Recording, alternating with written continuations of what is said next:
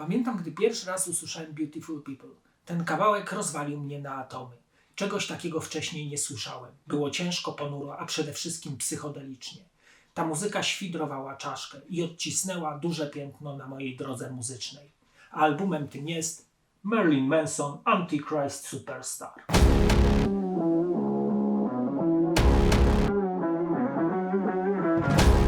Marilyn Manson powstaje w 1989 roku w USA na Florydzie w Fort Lauderdale. Założycielami było dwóch kontrowersyjnych nonkonformistów, czyli Marilyn Manson i Daisy Berkowitz. Na początku nazywali się Marilyn Manson and the Spooky Kids.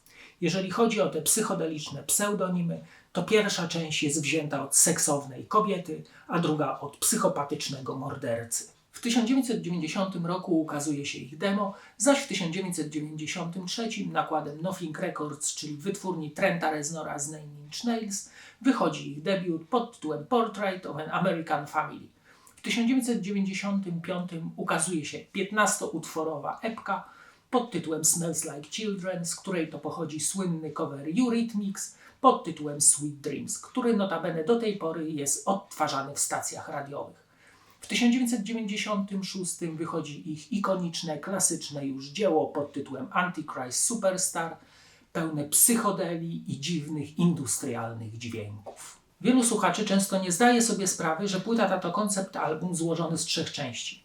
Może dlatego, że części te często pomijane są w spisie treści utworów.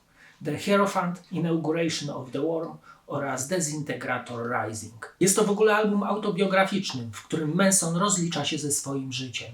Zakompleksiony chłopak, któremu Bóg dał talent do pióra, pisze artykuły o swoich idolach i marzy o wielkiej karierze. Pierwsza część to 4 utwory pełne pogardy i zła. W drugiej części pożegnanie z dzieciństwem i wejście w świat show biznesu, gdzie widzi wokoło brudne, fałszywe gwiazdy, które tylko potrafią sprowadzić na złą drogę.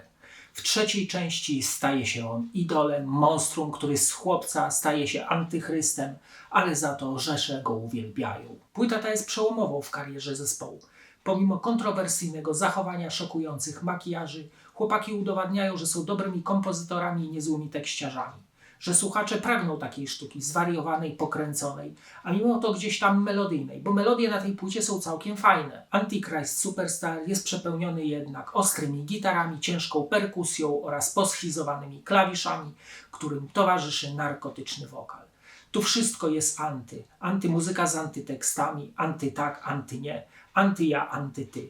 Brud wylewa się z każdego dźwięku oraz agresja, jednak to wszystko jest tak połączone, że jest fantastyczne i wciąga. Główny skład nagrywający Antichrista to Marilyn Manson, wokal, gitary oraz nawet fletnia pana, Daisy Berkowitz, gitary, Twiggy Ramirez, gitary oraz bas, Madonna Wayne Gacy, samplery oraz instrumenty klawiszowe oraz Ginger Fish, perkusja i inni. Brzmienie, za które w głównej mierze był odpowiedzialny Trent Reznor, jest ostre, gitary przesterowane, zaś perkusja z ciepło brzmiącym basem słyszalne. Jeżeli chodzi o same utwory, to nie są może one jakoś mega skomplikowane, zaś dużo w nich punkowo-metalowej energii z ostro zniekształconymi melodiami. W tekstach zaś roi się od śmierci, robactwa oraz różnych ułomności. Ciekawostką jest to, że gdy włożymy płytę do odtwarzacza, widzimy 99 tracków, chociaż utworów jest tylko 16. Na samym końcu słyszymy przytłumiony głos, który odprawia jakiś dziwaczny rytuał. Jest mrok. Sama płyta to wspaniały koncept album, tak muzycznie, tekstowo, jak i graficznie, nad którą czuwał sam Trent Reznor, więc gówna na pewno nie dostaniecie. A może uczeń przerósł mistrza? Zapraszam Was teraz do obejrzenia pierwszego w Polsce występu Mansona na warszawskim Torwarze w 2001 roku, 13 lutego. Manson podczas koncertu odkręcał półlitrowe nałęczowianki i rzucał je w tłum. Ja w pewnym momencie zająłem się rozmową z moim znajomym, po czym dostałem jedną taką butelką i cała zawartość wody wylądowała na mojej koszulce. Z tego wniosek: nie gadajcie podczas koncertu, tylko oglądajcie.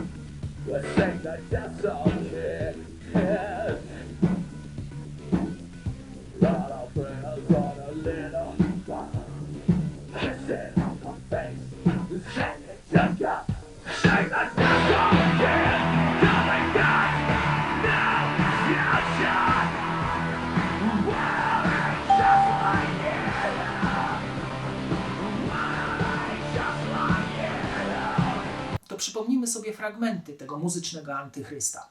The Beautiful People to jeden z najbardziej ikonicznych utworów tego zespołu. Marszowy rytm oraz stosowna dawka industrialu i chory wokal rozprawiają się z pięknem ludzkości. Pokazują wszechogarniającą brzydotę oraz nasze wewnętrzne pokancerowanie. A tekst "Jeżeli żyjesz z małpami, trudno być czystym" pokazuje to dobitnie.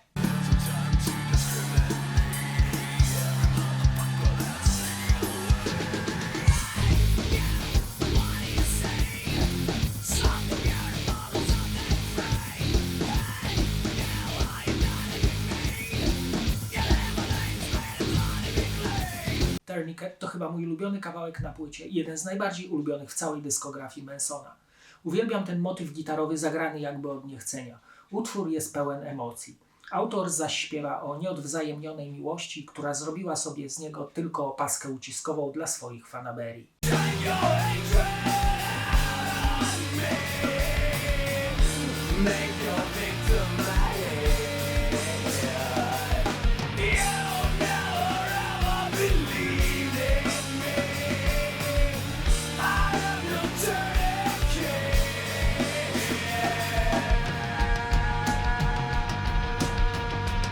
Cryptorchid w utworze ten niesamowity nastrój wytworzył melotron, na którym zagrał Reznor oraz przetworzony wokal.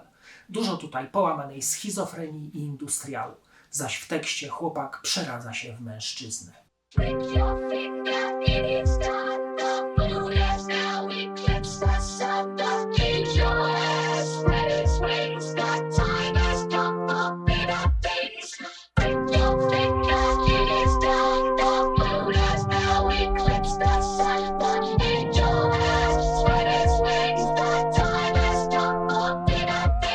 Na zakończenie Bend That You Fear to piękna, psychodeliczna ballada z brzmieniem fortepianu i spokojnym rytmem oraz tekstem, że jestem tak zaplątany w swoje grzechy, że nie potrafię się uwolnić.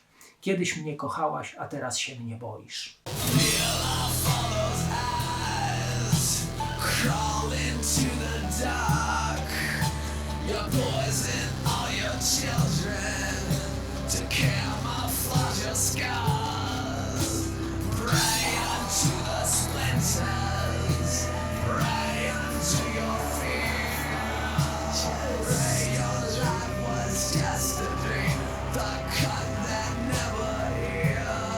Zobaczmy teraz okładkę i wkładkę. Można powiedzieć, że album zawiera dwie okładki. Jedną na wsówce, druga w pudełku, zwaną Infernal Cover, która jest częścią wkładki. Obwoluta jest kolorowa, na jej części widzimy pokancerowaną twarz Mansona z widocznymi żyłami krwi. W tle skrzydła jakiegoś latającego stwora. Widnieje też nazwa zespołu i tytuł w środku koła, na którym są widoczne napisy Heart Complacement Mind Malice. Na właściwej okładce widnieje czarno-białe foto nagiego Mansona z przezroczystymi skrzydłami w pozie błogosławieństwa. To antychryst we własnej osobie. Wkładka jest duża, podzielona na 6 łamów. Jak widzicie, zawiera teksty utworów.